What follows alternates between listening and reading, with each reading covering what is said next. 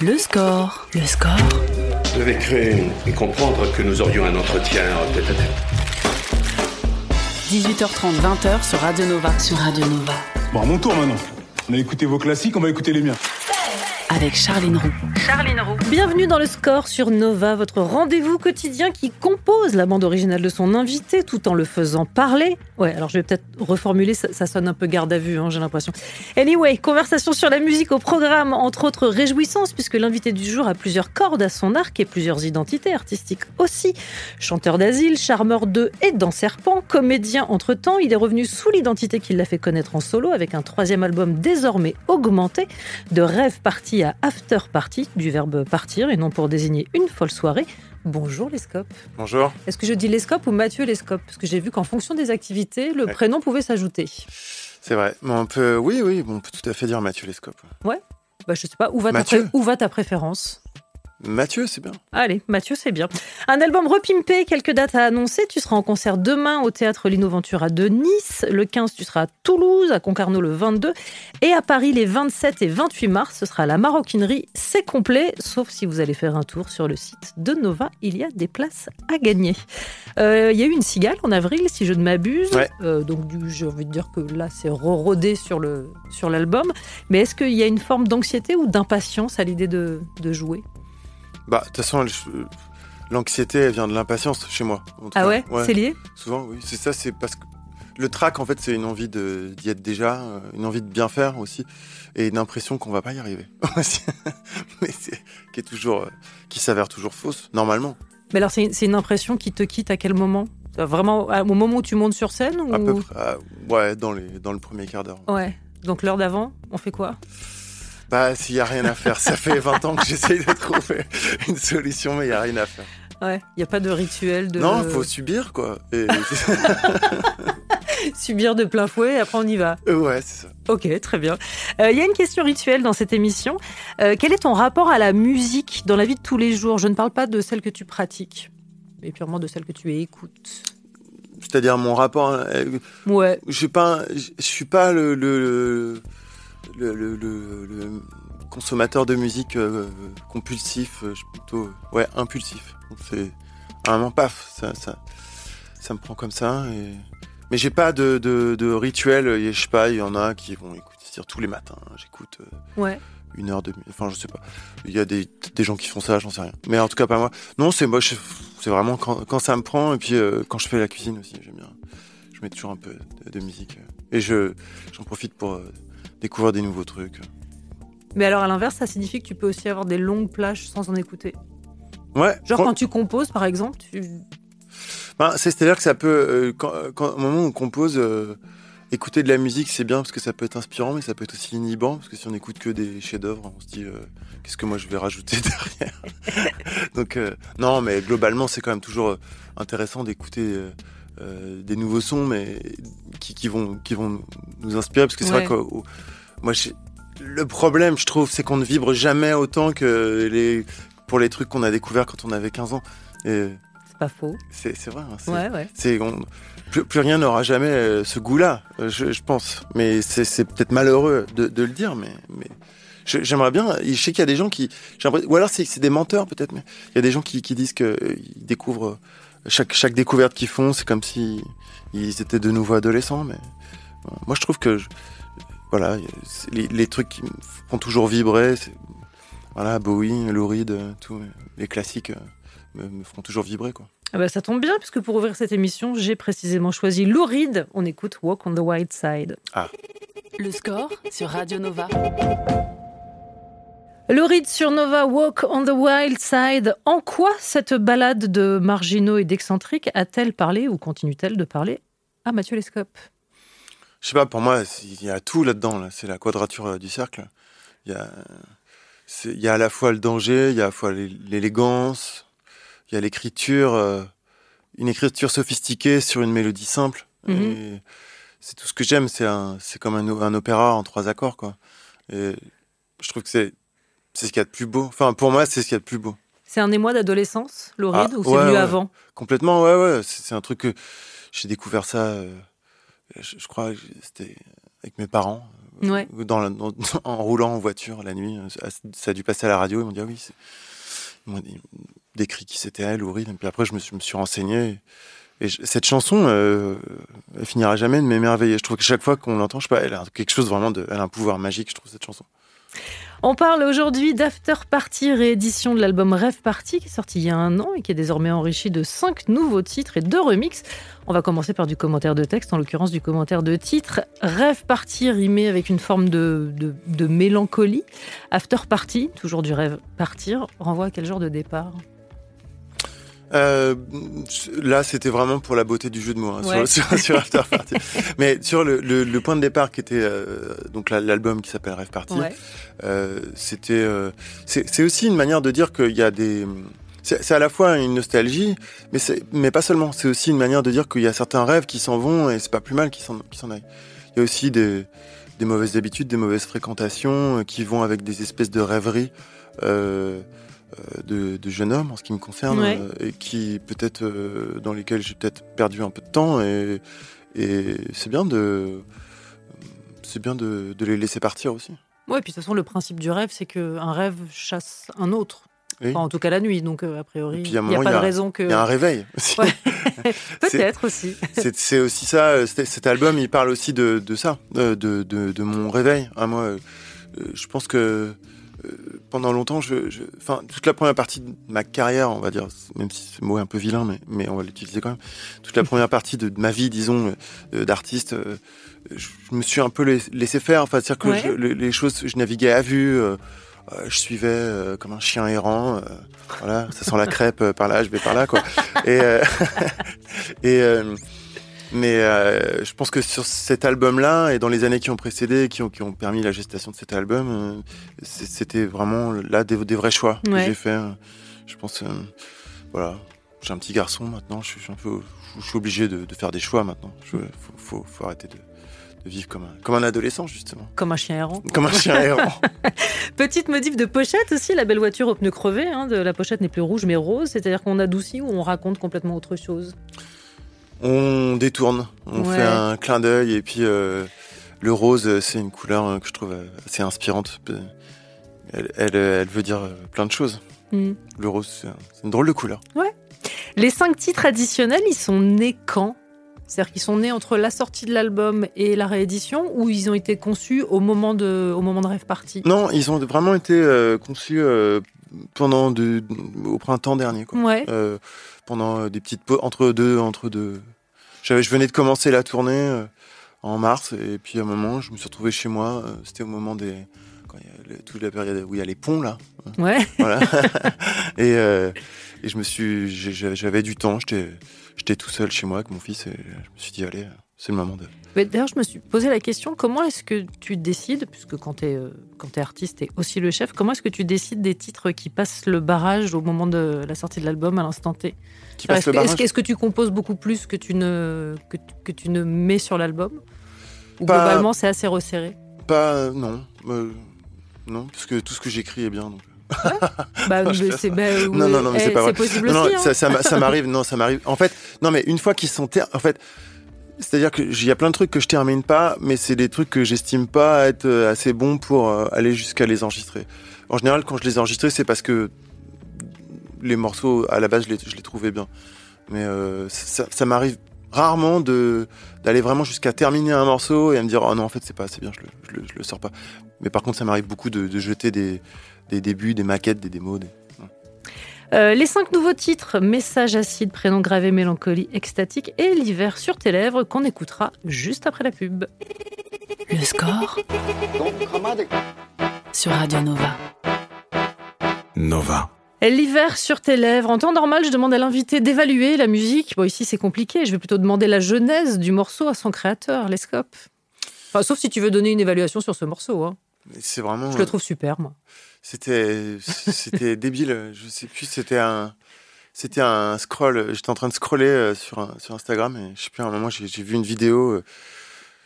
C'était une vidéo où il y avait une espèce d'hommage à Billy Idol, parce que c'est un de mes héros aussi. Et je sais plus. Il y avait un truc avec un fond sonore derrière. Il y avait une voix qui disait Winter on your lips. Et je sais pas. Ça m'avait. Je me suis dit, tiens, ça ferait un bon... En français, ça marcherait bien, l'hiver sur tes lèvres. Et du coup, j'ai complètement décalé ça avec l'idée de, voilà, quand on embrasse quelqu'un, mais quand on sent que... Voilà, l'été est passé, quoi. Et on n'est plus dans le, on n'est plus dans le moment inspirant, on n'est plus dans le beau moment, on est dans le truc qui est en train de se casser la gueule. Ouais. Et en même temps, on est dans un espèce de déni et on voudrait repenser à ces souvenirs d'été brûlant, alors qu'en fait, ça y est, l'hiver est là. Alors, je ne sais pas si c'est de la projection, mais je trouve que ce morceau a quelque chose qui revient, je trouve, assez souvent dans ce que tu fais, de l'ordre du Dance Your Trouble Away. Tu vois ce que je veux dire ? Ouais. Je suis triste, alors dansons, en fait, il n'y a que ça à faire. Ouais, de toute façon, c'est un très bon moyen c'est un très bon. On n'arrête pas d'utiliser des mots américains, mais j'allais dire c'est un très bon painkiller. Ouais. C'est Soyons tous Van Damme aujourd'hui. hyper franglais aujourd'hui chez Nova. Ouais. Et, non, mais oui, c'est un très bon antidouleur, on va dire. La danse. Et c'est vrai que bon, ce que j'écris est quand même toujours un peu triste. Donc si en plus je rajoutais des violons et des accords mineurs, ce serait pénible à écouter, je pense. Tu conçois un album chanson par chanson, ou est-ce que d'emblée tu le construis avec une narration Non, je me rends compte à la fin réfléchi. qu'il y a une narration. En Ouais. fait. C'est souvent ça. Mais même mes chansons, je les écris comme ça. C'est-à-dire que au début, j'écris n'importe quoi, ce qui me passe par la tête.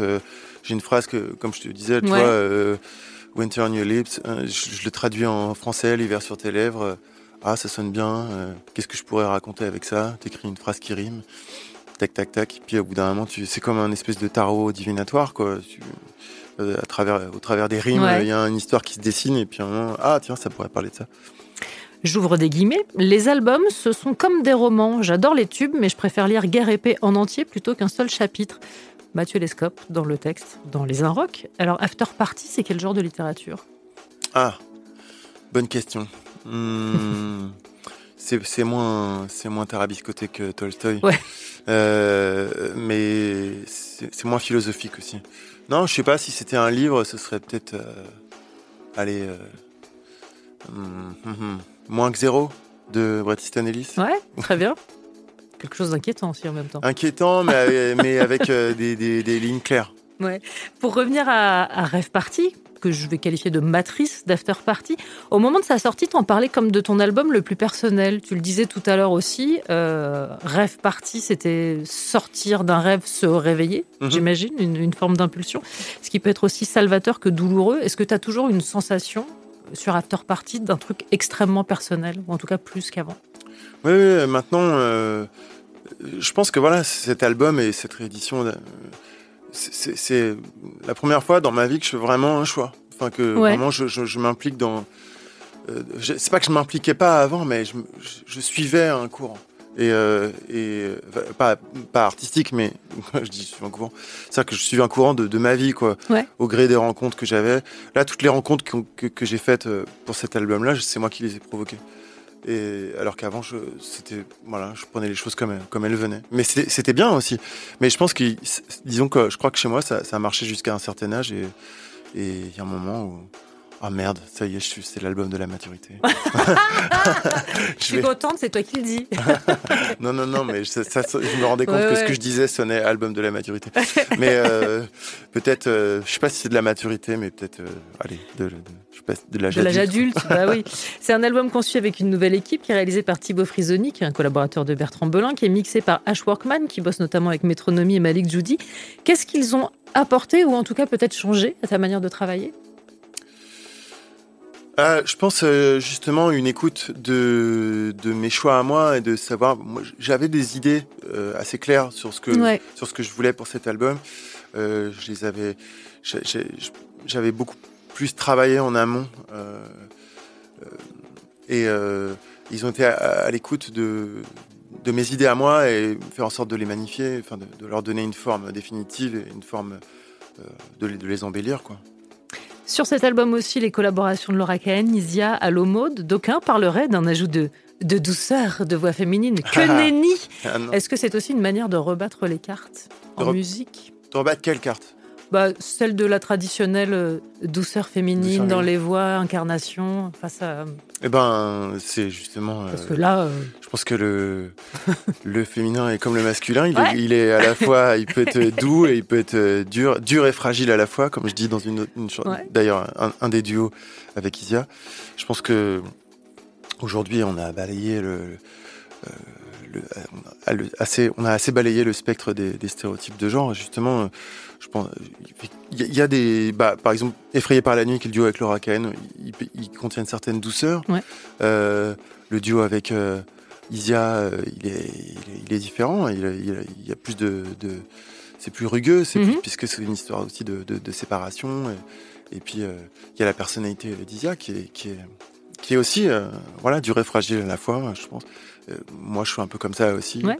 Et la chanson avec Allo Mode, qui s'appelle La femme papillon, là, c'est carrément... elle est un peu menaçante, cette voix. Elle ramène un danger et une sentence possible, quoi. On poursuit la conversation dans un instant. Nouvelle pause musicale. On écoute Éloi avec Divorce.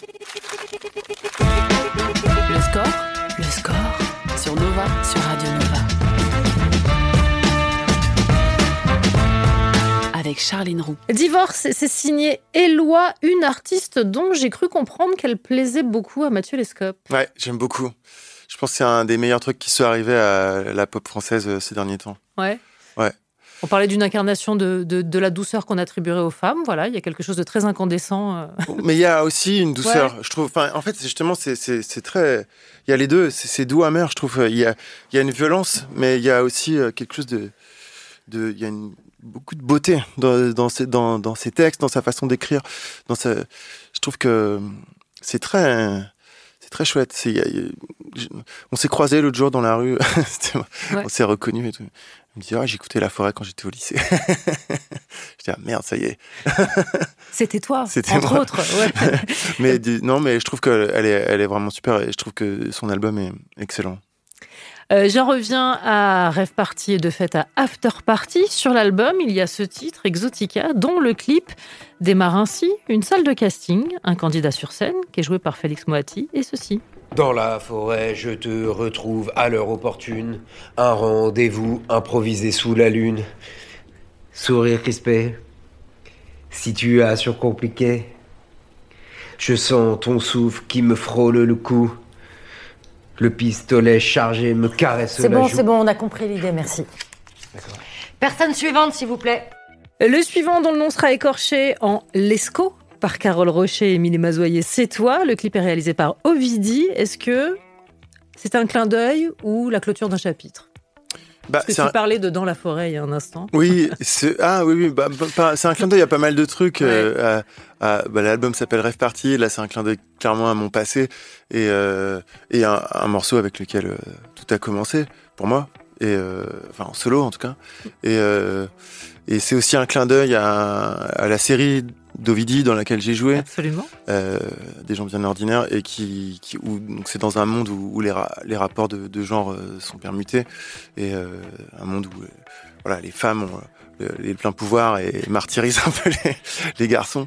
Et voilà, comme sur mon album, il y a cette chanson qui s'appelle Les garçons, qui questionne un peu la masculinité aussi. Il y a Exotica, il y a des références au cinéma, à l'érotisme aussi. Donc c'était une manière je voulais pas être dans un truc didactique et je trouvais que c'était hyper intéressant de le proposer à Ovidie. Puis assez rapidement, l'idée s'est imposée de faire référence à la série et puis de se marrer, à me faire un peu malmener par un jury féminin. Et avec une version très spéciale de Félix Moati. De Félix Moati qui dit, mais quand on lui a proposé, il dit, mais non, mais je vais jamais arriver à chanter. Je dis, mais justement, c'est ça qui nous intéresse. Non, mais alors, ce qui est quand même aussi intéressant là-dessus, c'est qu'on sait très bien qu'un premier titre qui marche à hauteur de ce qui a marché Dans la forêt, ça peut être un cadeau, comme ça peut être aussi un truc qui t'emprisonne. Mm-hmm. Est-ce que toi, tu l'as vécu plutôt comme un cadeau, un tremplin, ou il y a eu un moment où enough, Je suis ravie de ce... Re de l'anglais, t'as vu le retour de... Non, mais où il y a eu un moment, c'est bon, en fait. C'est fait, c'est passé.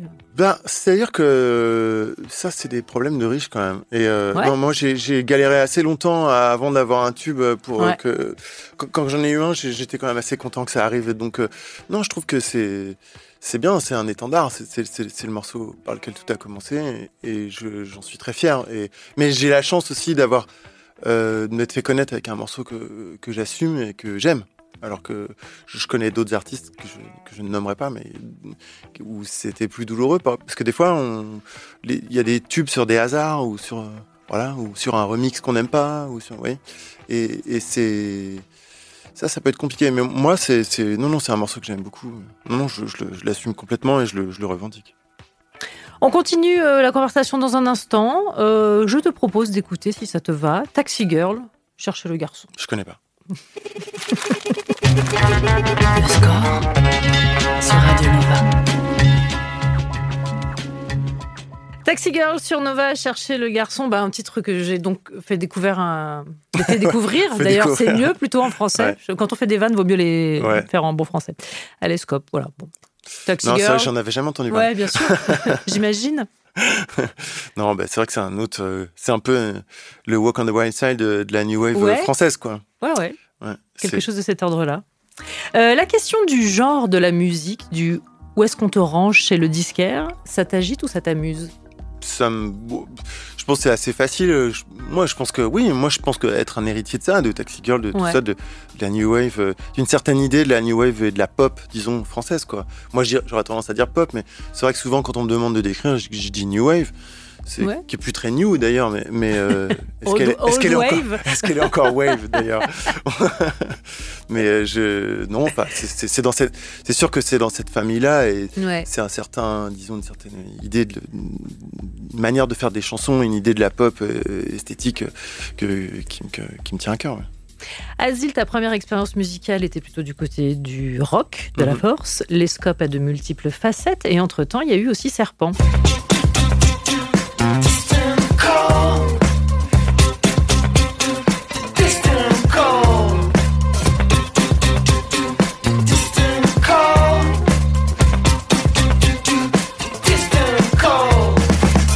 Si je te demande le trait d'union entre tout ça, ce qui ferait le lien entre tout ça, je pense que c'est ma culture rock en fait, parce que pour moi tout ça c'est bizarre parce que j'en parlais l'autre jour dans une autre interview et c'est un truc que j'ai jamais compris pourquoi ce que j'écris marche toujours bien avec des sons électroniques. Enfin, ce que j'écris en français en dehors de Serpent, toutes mes chansons à moi, l'escope, ça marche bien quand il y a des sons de synthé, alors que je ne viens vraiment pas de cette culture-là. Moi, je viens du rock à guitare. Ouais. Je viens même si, on parle de la new wave, tout ça, mais c'était des trucs que j'écoutais. Mais moi, j'ai jamais possédé de synthé, j'ai jamais jeune digué, les Juno, les Prophètes, les trucs. Là, j'ai pratiqué ça dans les studios, mais là, je me suis acheté justement un synthé il y a pas longtemps et c'est le premier que j'achète de ma vie. Et alors moi je viens vraiment du rock à guitare, de cette culture du punk, des Pistols, des Damned, des Buzzcocks, enfin tous les premiers groupes que j'ai eu ça ressemblait à ça et c'était je suis rentré dans Asile parce que j'étais fan de ce groupe-là. Je crois que tu as même dit par effraction. Par effraction parce que j'en étais pas membre au départ. Et à un moment, ils ont cherché un chanteur. Je dis, moi, je veux devenir chanteur de ce groupe. Et donc, j'ai passé une audition. Pendant un concert, ils m'ont dit, improvise un morceau et puis avec des trucs que t'écris et puis on va voir ce que ça donne. Et parce qu'ils voulaient quelqu'un qui chante en français. Et comme j'écrivais des trucs en français, c'est comme ça que je suis devenu chanteur. Alors, puisqu'on parle du rock, on a beaucoup professé et répété sa mort ou sa désuétude. Est-ce que toi, tu as un avis sur la question ? Je crois que depuis que je suis née, j'entends que le rock est mort, en fait. Mais ce qui est quand même très étrange. Le rock, de toute façon, c'est quelque chose c'est assez morbide, le rock. Ça contient une idée de... Voilà, le Club des 27, c'est pas dans la... C'est pas dans le... c'est pas... j'allais dire c'est pas dans la techno, mais il y a eu des martyrs de la techno aussi, quoi. Mais je sais pas, l'idée de est-ce que le rock est mort ou pas, je pense qu'il y a... En tout cas, il faudrait... Pour que le rock se réinvente vraiment, et je pense qu'il re-excite comme il a excité auparavant. Je pense qu'il faudrait qu'il y ait une relecture très différente. Je pense qu'il faudrait que ça vienne peut-être de personnes différentes. Je ne sais pas exactement comment, ni quelle personne, mais que le profil des gens qui se mettent à faire du rock et à faire des trucs excitants en rock soit différent du type de personnes qui le faisaient quand moi j'ai commencé ou voilà, l'âge d'or des années 70. Ça, je pense que les profils, c'est un peu vague ce que je dis, mais non, mais je suis un peu pris des profils. Non, mais je vois ce que tu veux dire. Mais faudrait que j'en parle, mais longtemps. Mais parce que le truc, c'est que je pense pas qu'aujourd'hui, ce soit des gens qui viennent du même milieu que moi qui peuvent faire quelque chose de vraiment subversif dans le rock. Et le rock, s'il était aussi attractif, c'est parce qu'il était subversif. Je voudrais te faire écouter une archive. C'est une archive de la RTBF. Elle date de 92. On demande au chanteur d'un groupe émergent une explication de texte quant à son titre Smells Like Teen Spirit, qui semble mettre en avant une forme de passivité de notre génération. Réponse de l'intéressé. Whatever you want to make out of it, it's up to you. And do you share this your crossword puzzle? Kurt Cobain dans le texte. T'en penses ce que tu veux, ça t'appartient. C'est à toi de résoudre le rébut. Qu'est-ce que ça t'évoque ? Ouais, oui, c'est ça, mais moi je parle souvent d'équation, mais c'est pareil, c'est comme de toute façon, c'est un sophisme magique, comme disait Rimbaud, et une chanson. Et je pense que effectivement, moi je peux dire, souvent on m'a dit, mais alors la forêt, ça parle. Hier encore, il y a quelqu'un qui me dit, mais la forêt, ça parle de quoi ? Est-ce que ça parle du cruising ? Est-ce que ça parle de. Est-ce que t'es écolo ? Est-ce que je suis écolo ? Est-ce que je suis. Voilà, tout ça. Et en fait. C'est sûr que l'essentiel d'une chanson, c'est qu'elle... C'est son mystère, peut-être. C'est son aussi, mystère, mais c'est aussi qu'elle éveille des images mentales, qu'elle emmène vers un ailleurs, qu'elle emmène vers quelque chose. Et quoi que ce soit, en fait, sauf s'il y a vraiment un faux sens. Ça m'est arrivé aussi, des fois, des gens qui font des faux sens complets. Ouais. Et bon, là, ce serait dommage. Mais bon, je pense que moi, je peux expliquer pourquoi j'ai écrit telle ou telle chanson, mais est-ce que c'est vraiment intéressant ? Est-ce que c'est pas... Moi, je trouve ça plus intéressant d'entendre des gens m'expliquer ce qu'eux ont ressenti, que moi, je leur explique non ce qu'il faudrait ressentir, c'est ça. Et Cobain, ça a été une figure importante. Ouais. Carrément. Kurt Cobain, pour moi, justement, c'est un des derniers petits blancs à avoir fait quelque chose de subversif avec le rock, en fait. Et voilà... parce que lui revendiquait son appartenance un peu prolétarienne aussi, et de gars des petites villes ouvrières du nord des États-Unis. Et c'est une musique de laisser pour compte, le rock. Et Kurt Cobain était un laissé pour compte. Et je pense que si moi je me suis reconnu adolescent dans cette musique-là, c'est aussi parce que moi je me considérais comme laissé pour compte. Je pense que c'est ça, en fait, quand je parlais de communauté. C'est pas des communautés avec disons des segments bien définis, mais je crois que c'est une musique qui parle aux personnes qui sont en détresse de quelque chose. Et je pense qu'aucune personne qui n'est pas en détresse peut faire du rock de manière pertinente. D'ailleurs, j'aurais même tendance à dire qu'il ne peut pas faire de la musique de manière pertinente. Il faut qu'il y ait une détresse, il faut qu'il y ait une fêlure, il faut qu'il y ait une blessure, et qu'elle s'exprime à travers ce que le chanteur, la chanteuse écrit. Ce que je m'apprête à faire, après ce que tu viens de dire, va être extrêmement contre-productif, pour ne pas dire contre-nirvanesque, puisque j'annonce la pause pub. Le score sur Nova. Charline Roux. Nova.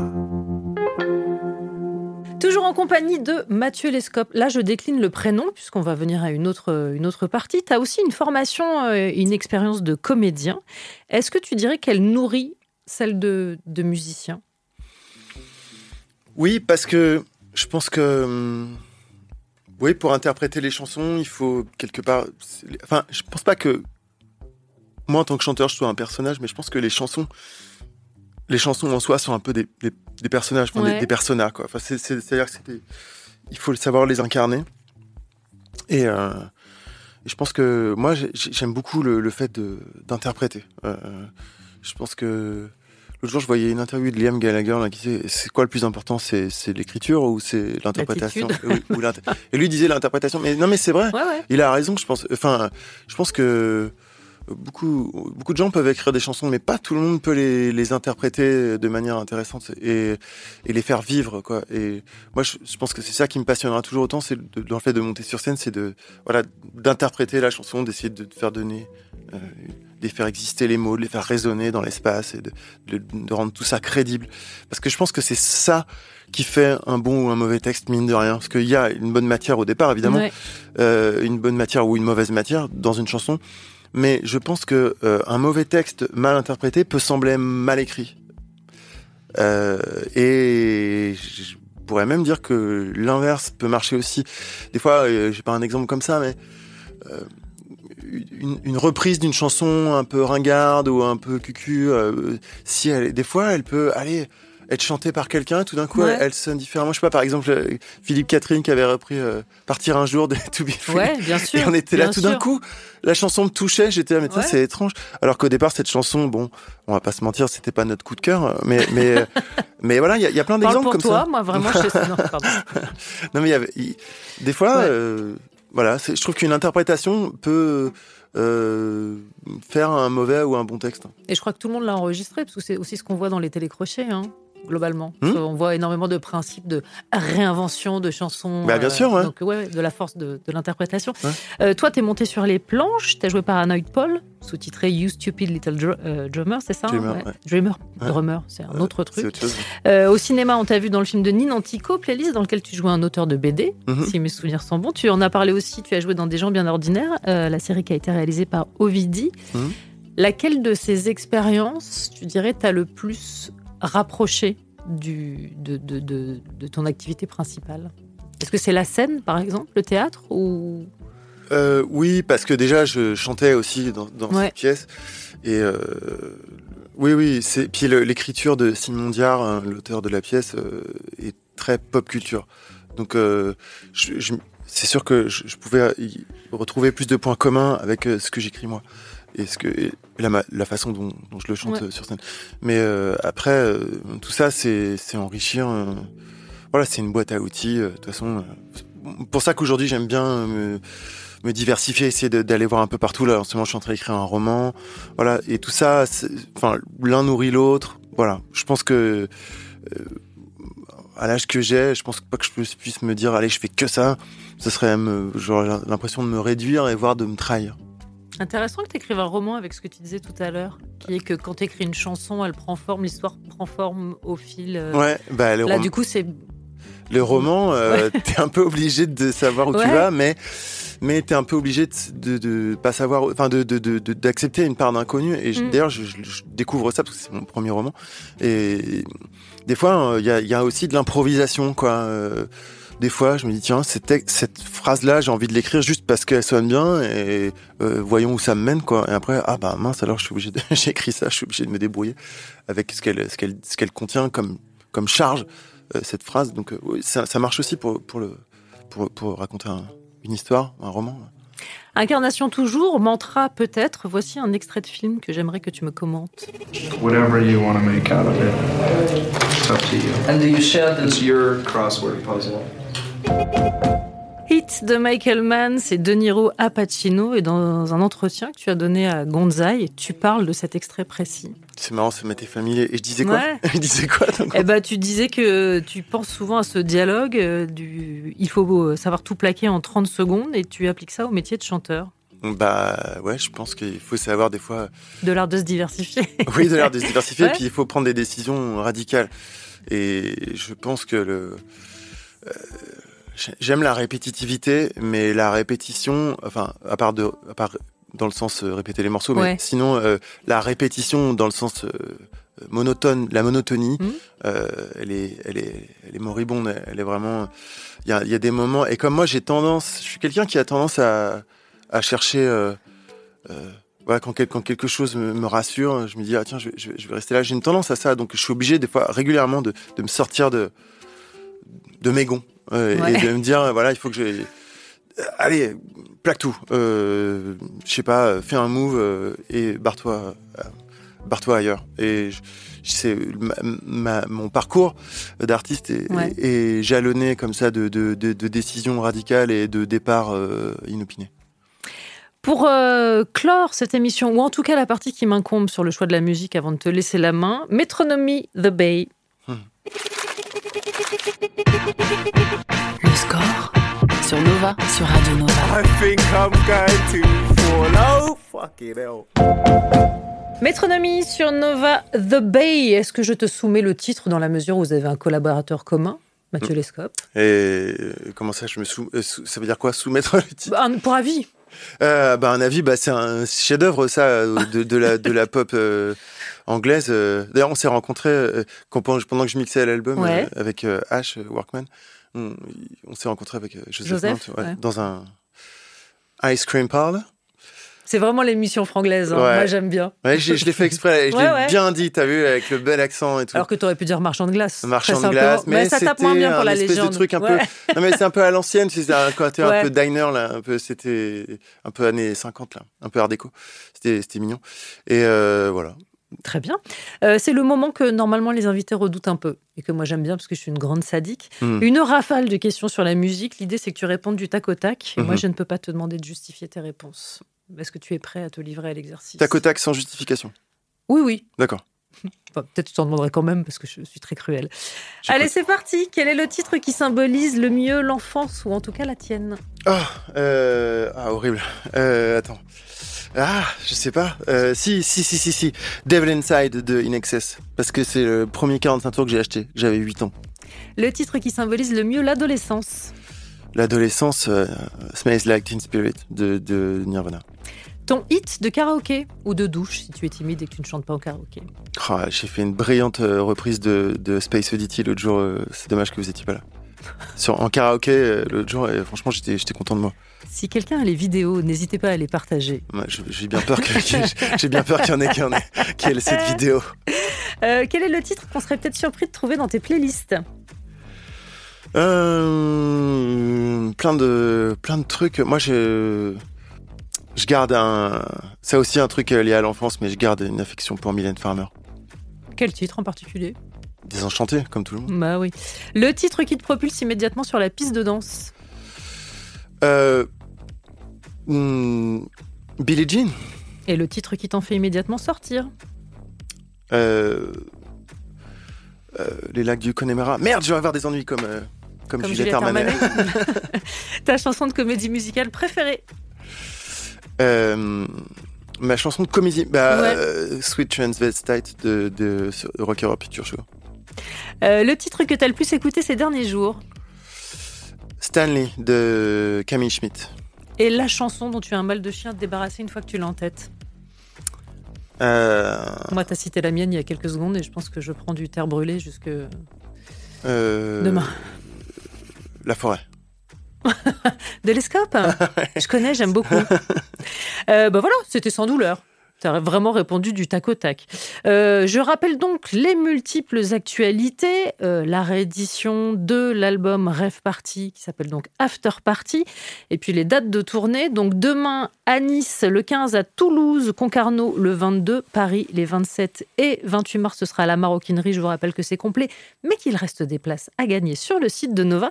Et on passe maintenant à ta sélection musicale. Et pour démarrer, tu as choisi Baxter Dury avec Trellick. Pourquoi ce titre? Parce que j'adore Baxter Dury, je trouve que c'est... À chaque fois, tu as l'impression qu'il fait tout le temps le même album, mais non, en fait. Et quand tu l'écoutes en détail, tu te rends compte qu'à chaque fois, tu retrouves son écriture, son son aussi, il a vraiment un son qui lui appartient, et une façon de chanter, une façon de faire, d'écrire, que je trouve brillant. No guitars. Le score. No drops. Sur Radio Nova. No fun. No fun. No fun. No fun. No fun.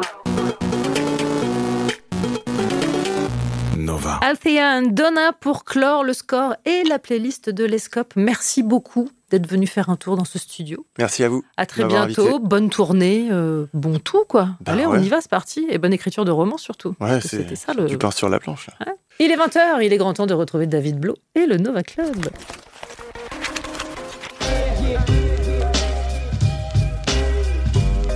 Le score sur Radio Nova. À retrouver en podcast sur nova.fr.